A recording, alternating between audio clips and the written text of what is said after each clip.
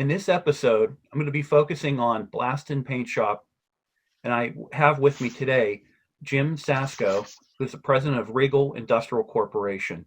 Regal is located in Donora, Pennsylvania, and they are a SSPC QP3 Blaston Paint Shop and also an SSPC QP6 metallizer. Jim, welcome. Oh, thanks, Jim. I appreciate you having me and giving me the opportunity to talk about our industry. Not a problem. For everyone who's watching, could you go through a little bit about the history since I think 1974 about Regal, what you do? Correct. We company started in 1974. It's a family-owned business. It was started by my father. Regal started out as a small blast and paint shop, and we pretty much service just the local manufacturers and fabricators here around the southwestern PA area in Donora. That's where we're located. The company kind of evolved in the early 80s through the early 90s as primarily a field painting contractor.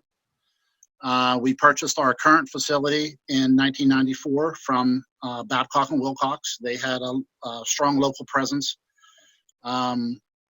And we started concentrating more on being a job shop coatings facility, servicing manufacturers, bridge fabricators, and any type of producer that needed their product coated. So from 94 until today, we've pretty much our 80% of our work, maybe 85% of our work is in our shop here in Donora, and then we still offer field services for customers that have either stationary items or maintenance items or items too large to ship to us.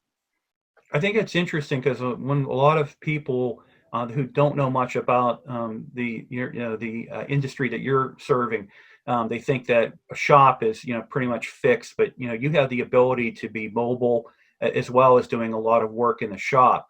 When it comes to the current economic climate, are there certain industries that are very very hot for Regal when it comes to jobs that you're doing? Yeah, right now it seems like all the industries are pretty strong. We've always had a good presence in the public infrastructure sector, bridges mainly.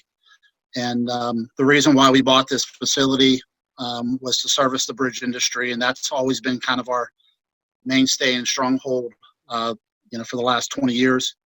But oil and gas is strong. That's probably our second largest. Coal used to be a mainstay also. That's dwindled, and that's probably the industry that's for us has produced the least amount of revenue over the last 5 years or so. But overall, 2019 and 2020, looking forward to the next year or so, all the industries requiring coating applications seem to be pretty strong. So in the services you provide the surface preparation with abrasive blasting, but you also provide a lot of different finishing services for different industries. And then the other thing too is the industrial coatings and linings you do. But when it comes to something that's very specialized, you also provide metallizing as well. In the aspect of metallizing, have you seen any increase, or has that been relatively stable over the last number of years for Regal? Most recently, we've seen a big increase in metallizing specifications and requirements. Just in the last 6 months, we've been getting requests from fabricators and owners pretty much all over the United States. In February, we're heading out to Phoenix, Arizona to do 2 large girders for a fabricator shipping a railroad bridge to Texas. We started metallizing in the year 2000. And we basically were servicing the power industry, metallizing tube sheets that evolved into doing marine work for the Army Corps of Engineers. And then we partnered with High Steel Structures to do the first metallized bridge in Pennsylvania. So that it kind of took off in the early 2000s, and we saw a big jump in activity. And then I think the upfront cost with installing a metallized system in the shop was double or triple what typical blast and 3-coat paint system was, and then it kind of tailed off and cooled off a little bit. But in the last 10 to 12 years, we have permanent metallizing applicators. We metallize 24/7, and it's probably about 30 to 40% of our revenue, and with the other portion being liquid applied industrial coatings. Oh, very good, very good. Now, when it comes to the work that you do related to production, do you see any? Is there any particular technologies that you know of or you see coming that will benefit, surface preparation and painting in the shop? Yeah, as a job shop, we get a lot of different types of products in, and it's hard for us to tailor our process to one specific size or product line. So, traditionally we have 3 open nozzle blast rooms, and then we also have an automated wheelabrator for structural shapes. And we bought the wheelabrator in 1997, and we based the size of the opening to kind of fit what we had at the time, which was larger structures that received a 3-coat paint system.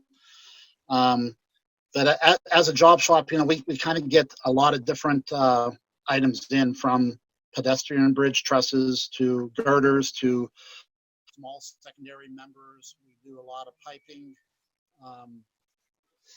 We do a lot of tanks, linings. So, it's just a basic tradition of open nozzle blasting and, automated blasting for structural shapes. I can tell you, as far as the metallizing process, though, the metallizing process is a very tedious application. A typical metallizing applicator can apply, 25 to 40 square feet in an hour at 8 to 12 mils. So that process, being that it's getting more and more popular, kind of needs to change for us. We need to adopt some sort of automated or semi-automated process for like shapes and sizes. Mm. So I would think if we're going to advance into the future, that some sort of automated metallizing application is going to be necessary for us to, promote and increase that application for the industry. So the one thing on your website that you stress and you highlight is that you're continuously reinvesting into your personnel when it comes to the skills training and also the certification when it comes to your quality control. When it comes to your side of the industry for shops, is there any particular training or certification programs that you feel that are needed but not yet addressed by the industry? As far as the worker goes, it's hard for us to hire industrial painters or metallizing applicators with experience in our type of field. Metallizing applicators, the market for an experienced metallizing applicator, just hiring them, is pretty much non-existent.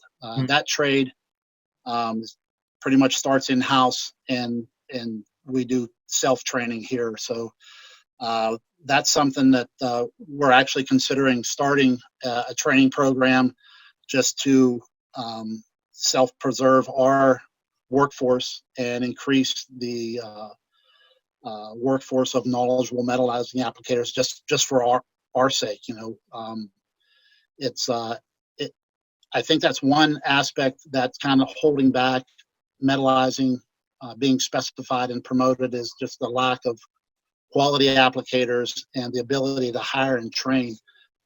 Typically, it's 6 months to a year to get a person acclimated to applying, thermal spray, and it's just a very difficult position to even explain to a potential hire. So as far as certifications, we're QP3 seems to be very popular, and there's a lot of QP3 certified facilities, and it does hold a standard as far as quality. NACE inspectors, NACE 1, NACE 2, we have several NACE inspectors. That's always a good training program for our quality control. But as far as the, training the workforce is probably our biggest challenge. And if we can hire a person that has previous experience, great. We've found, 9 times out of 10, liquid paint applicators and metallizing applicators need to be trained in-house. Oh, very interesting. Very interesting.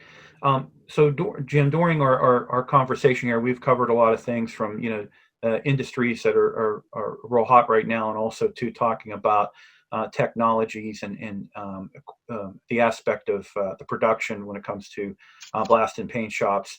We also talked here at the end about the training and certification of either the operation or the personnel in it.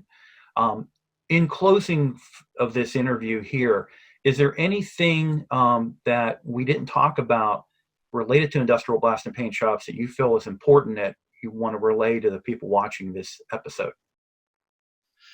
I think the SSPC does a great job in starting new training programs they're very, upfront and applicable to our industry. We try to take advantage of all those. They do a good job at our annual QP3 and QP6 audits, informing us of what's coming up in the future. So that aspect, I think that they do a fantastic job.